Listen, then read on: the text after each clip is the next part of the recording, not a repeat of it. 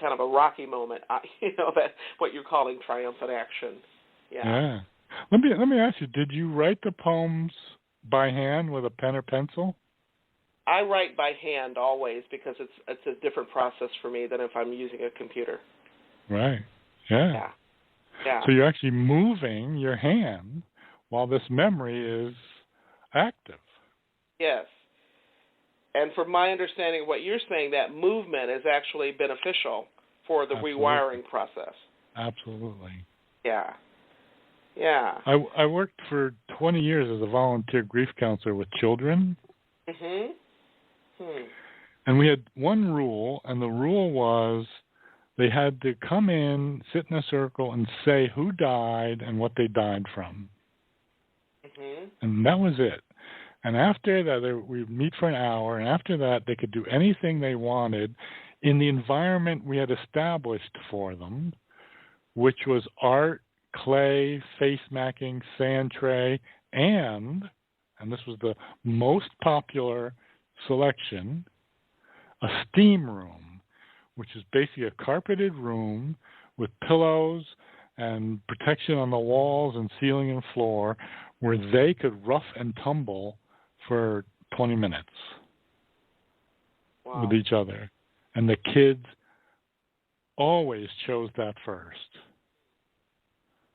And it's my belief that rough and tumble, that physical movement, after they had announced who it was who died and what they died from, in other words, the memory being active, contributed to them healing and integrating much faster than their parents, their surviving parent. Wow. So what you're saying for my world, leadership development, we sit on our behinds. Yeah, it's the worst thing you could do. Lots of hours during the day, during our training, during our conferences, is like get up and move. Get up and move. Yeah. Oh, this is fascinating. I could talk to you for another hour, Mark, and I could talk all day. I can't, unfortunately, right now. I would love to do that. Can I just ask you? Is there anything that you'd like to say to our listeners today that we haven't covered that you'd like to just maybe put a pin on or make sure that you get to say? Well, first of all, what I want to say is that whatever your listeners are struggling with in their lives, it's not their fault.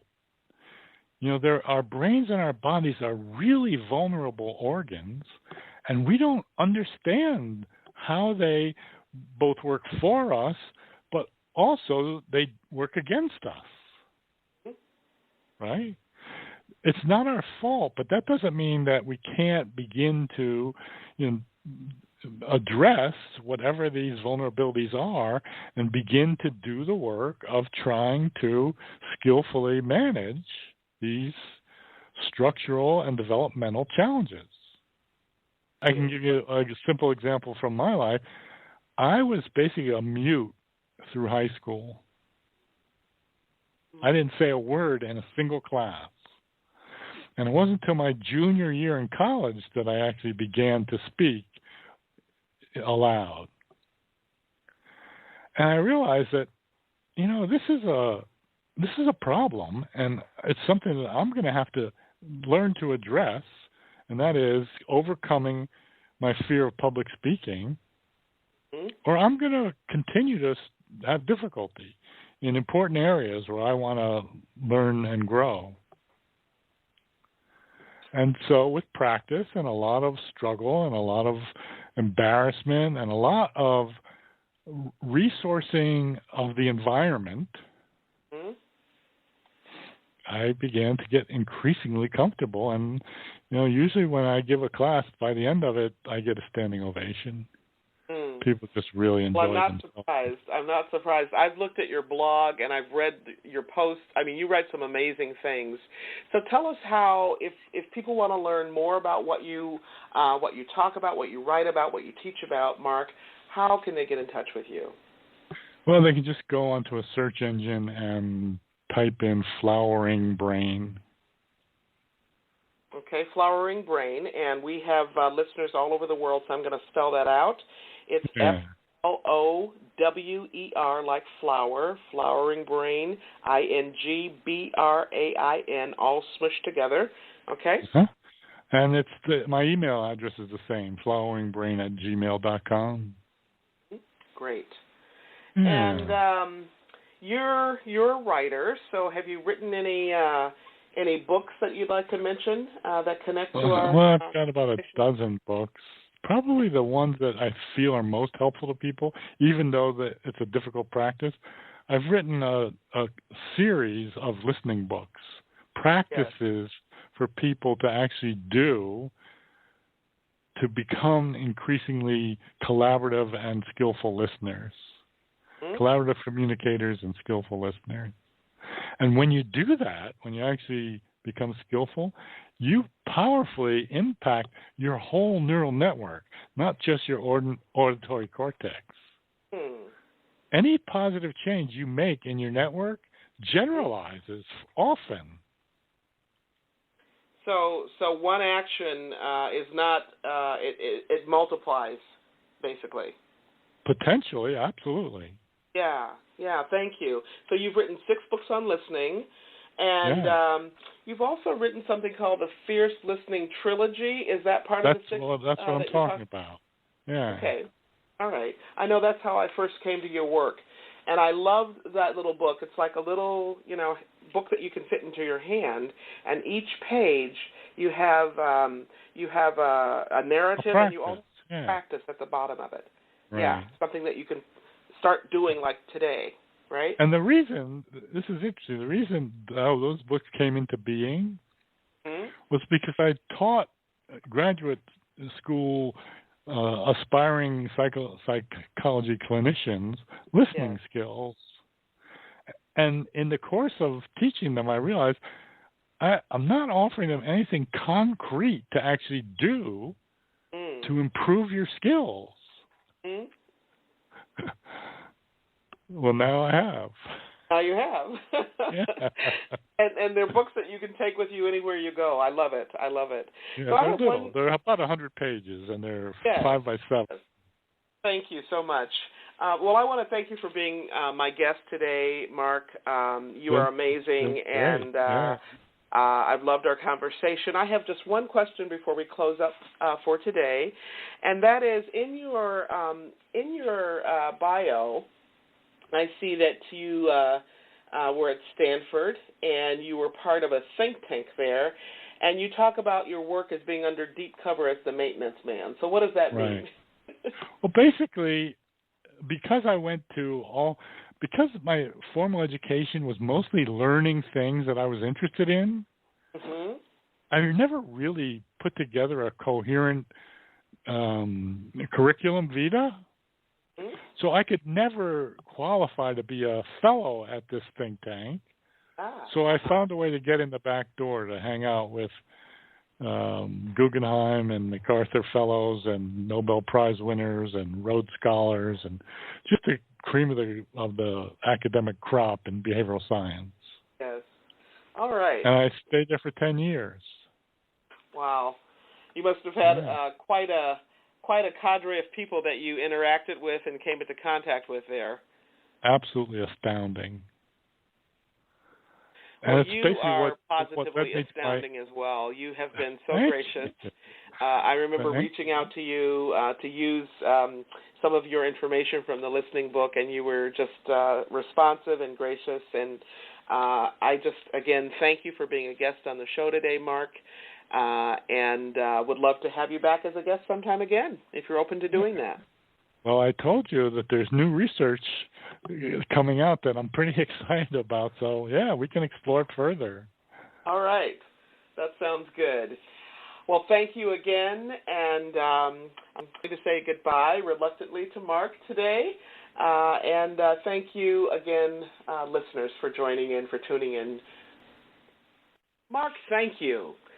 I so appreciate your passion, your expertise, and your wisdom about the brain, about how you can work with your brain on those habits that no longer serve you.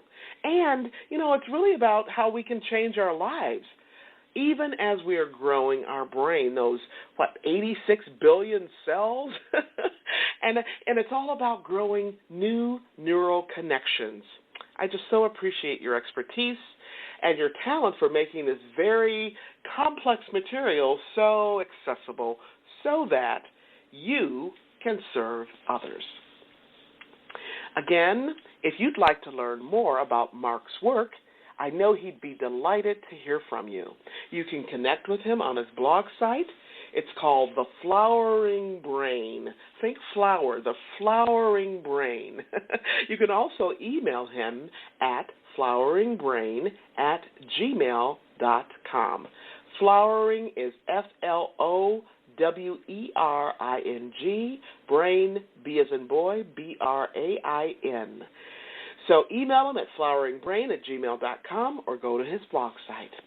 Now this week and last week we've been talking with Dr. Mark Brady about his amazing work and his amazing work in serving real people like you and like me. If you missed last week's show, part 1 of It's Not Your Fault, you can listen to it right here on Talk Network Radio, or you can find us on iTunes. Today and last week, we've been talking about brain science. Now, speaking of brain science, as 21st century citizens, we could all benefit from having more of our brain at play. Now, that's an intentional pun. What did I just say? As 21st century citizens, we can all benefit from having more of our brain at play. Now, did you know that the arts is one of the many ways that we can actually have more access to more parts of our brain? All right? The arts can also rewire your brain, growing actual neurons and connections from the left hemisphere to the right hemisphere of your brain. That's how we can have more of your brain at play, right? We can actually grow neurons and connections from the emotional center of our brain to the cognitive center of our brain, and there's so much more. Now, the arts can also help us with healing. Okay, we talked about that a little bit with Dr. Mark. And healing in the sense of becoming more fully who you are. Okay, that word heal, H-E-A-L, heal, and wholeness actually are connected, right? Okay, so sometimes we think about healing as being the opposite of being ill. That's one aspect of healing, but healing is also about becoming more fully who we are, okay, with integrating the many, many different parts of ourselves. Maybe sometime I'll do a show on the arts and the brain.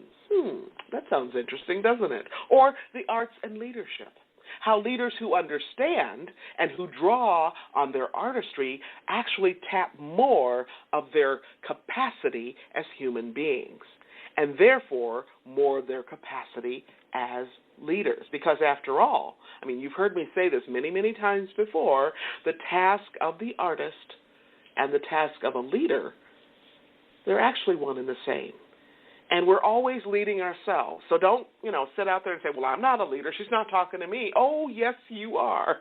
The first person you have to lead is yourself, right? You get up every morning, you have to lead yourself. You have to take charge of who you are. So the task of the artist and the task of the leader is actually one and the same. And that task, listen closely, that task is to release our resistance. To release our resistance, to surrender, to just simply surrender to ourselves, to step into our own authenticity, all right? To step fully into who you are, into who you're designed to be, into what wants to be born in us and through us. To simply surrender, to give it up to what wants to be born in and through us in terms of raising our children, in terms of our friendships, in our families, in our teams, in our communities, in our organizations, right? The arts can be such an amazing ally if we just open our hearts and our minds and our spirits to the arts. The arts can be an